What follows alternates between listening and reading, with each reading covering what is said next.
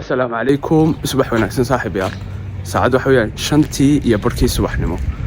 maanta waxaan sameyn doonaa muuqaal aad u qurux badan. waxaan ka soo duubi doonaa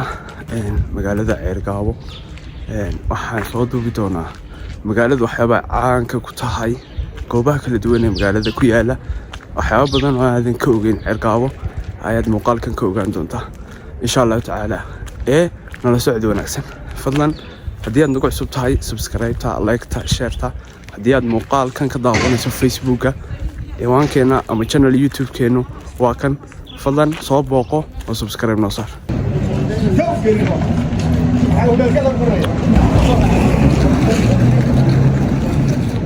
waxaan fadhinaa mid ka mid ah xeradaha laga shaahay magaalada ku yaala.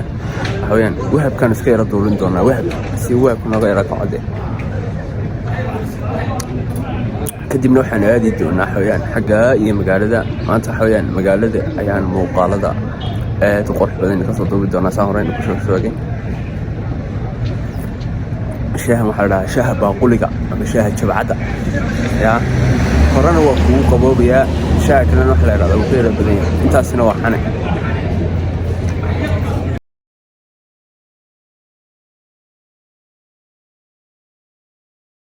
magaaladu waxa weeyaan waxay magaalooyin kale kaga duwan tahay. waxa weeyaan guryaheedu waxay ka samaysan yihiin dhagxaan. sidoo kale guryaheedu waxay leeyihiin wadooyin aad u waasaca oo laba guryo walba iska soo horjeeda ama sekada iska soo horjeeda. waxay isu jiraan waxa weeyaan masaafooyin aad u badan oo wado weyn ay ka dhex jeexin karto. imika halkan iga dambaysa ama halkan aan taagan waxa weeyaan siirooga magaalada.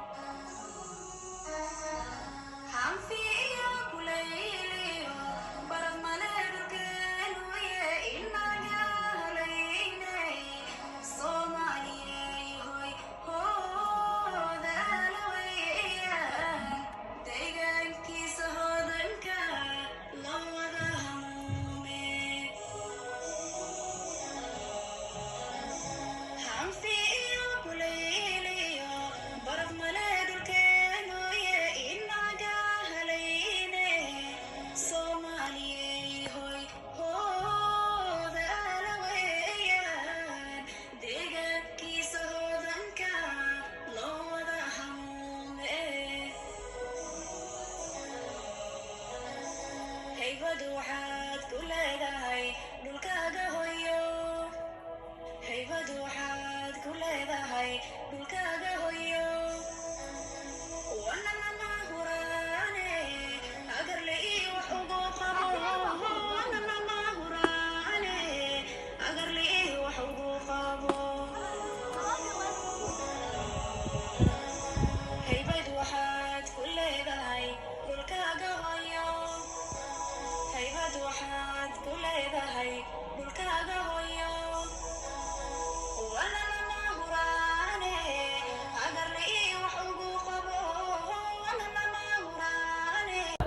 ceelkan imika joognaa waxaa la yidhahdaa ceel afweyne wuxuu ku yaalaa magaalada berigeeda ama dhinaca beriga magaalada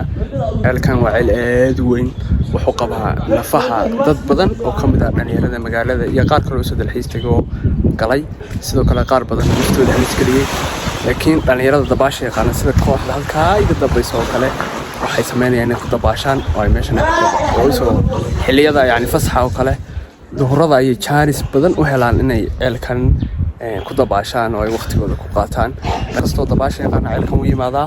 ku dabaashaa walow uu nafo badan qabo oo dad badan oo dhalinyarada badan oo sidan oo kale istiri ku dabaasha halkan naftoodii ku waayeen haddana waxaa ka mid yahay mid ka mid ah ceelasha ugu waaweyn ee magaalada gudaheeda ku yaala imika maxaa u sixan weyday soo duhur maaha maxaa u sixan weyday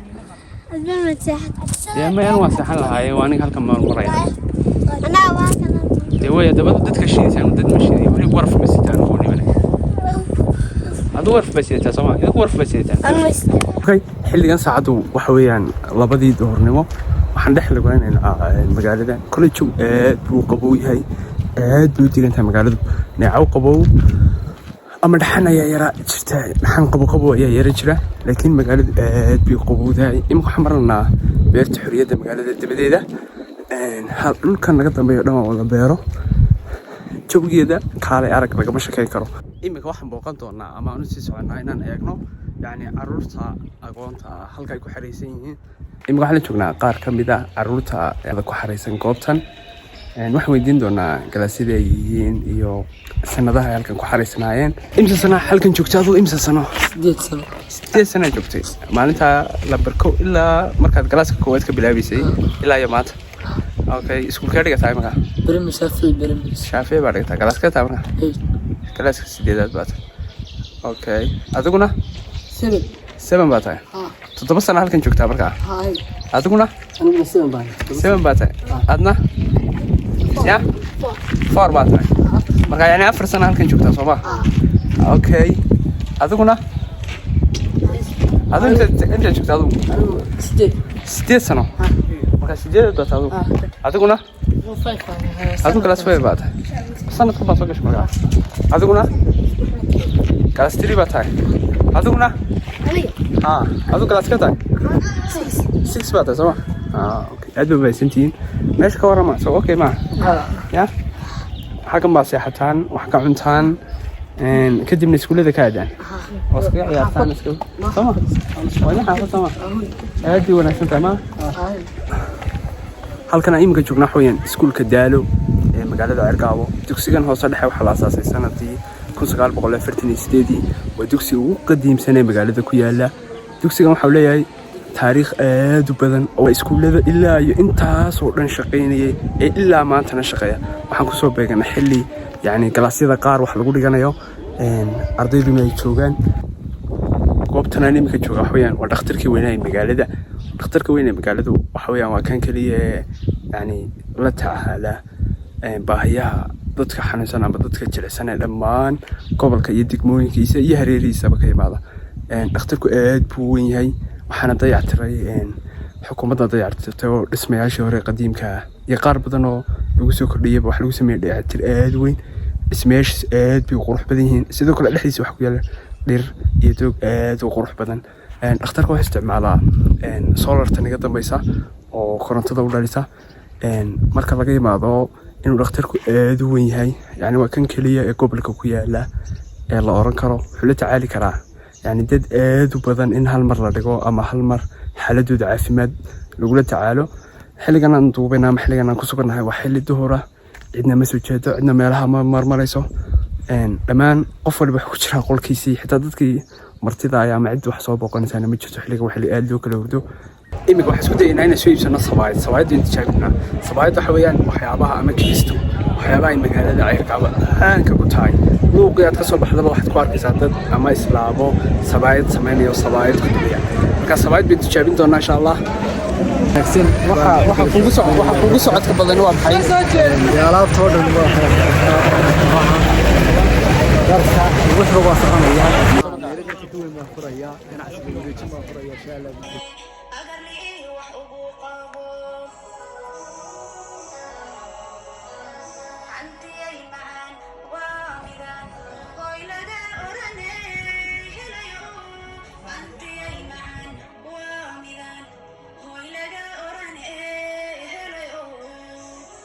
halkan imika taaganahay ama halkan iga dambaysa waxa weeyaan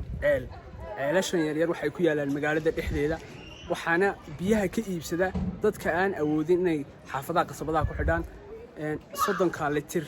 ama 20 iyo 10 litir ayaa wax la isku siiyaa ku shilin aad bay biyuhu jaban yihiin waxa weeyaan meel walba xaafad walba goob yar oo noocaas oo kale ayaa ku yara taala halkaas biyaha laga iibsadaa biyo aad bay u jaban yihiin waana biyo macaan halka iga dambaysa imika soo dhaafay waxa weeyaan raashka magaalada weeyaan halka iga dambaysa intaas oo dhan stooradaas oo dhan dhammaantood waxa weeyaan khudradda lagu iibiyaa waa halka magaaladu ay adeegga ka iibsato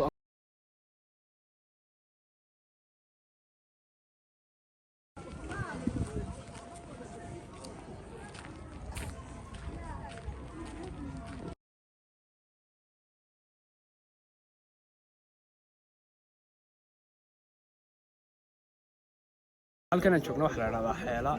ama meherada shaaha jabacada ama shaaha baaquliga sawta qaaliba dad badan ayaa ku casareynaya halka fadhiya ilaa intaas oo dhan waa la fadhiyaa meherada waxa ka mid tahay meheradaha ugu caansan ee magaalada Ceelgaabo shaaha laga cabo meheradan sidaad u aragtaan baaquligan bay caan ku tahay ama baaquligan shaaha lagu cabo ay aad caan ugu tahay dadweyne badan ayaa casarkii soo casariya taga waana waxa ay kaga duwan tahay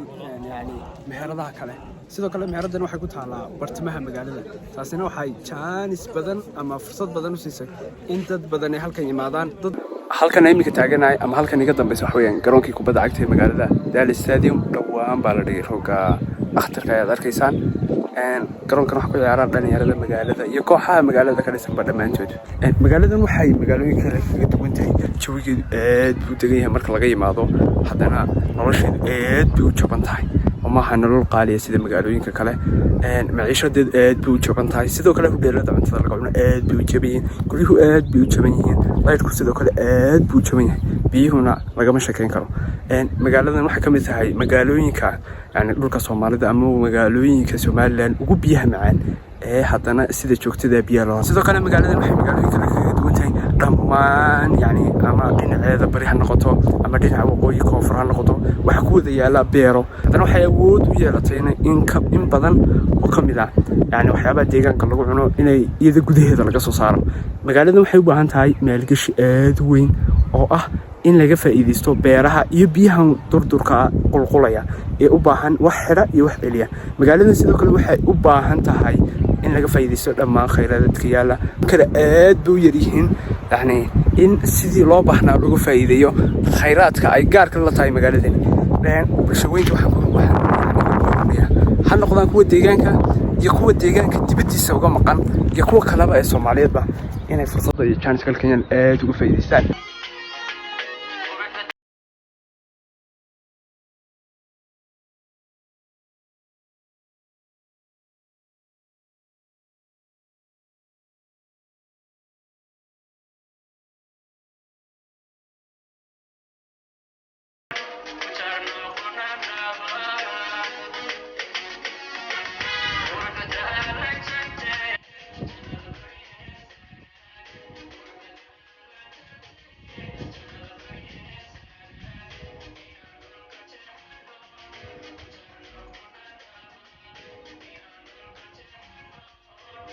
xilligan waxa weeyaan saacad waxa weeyaan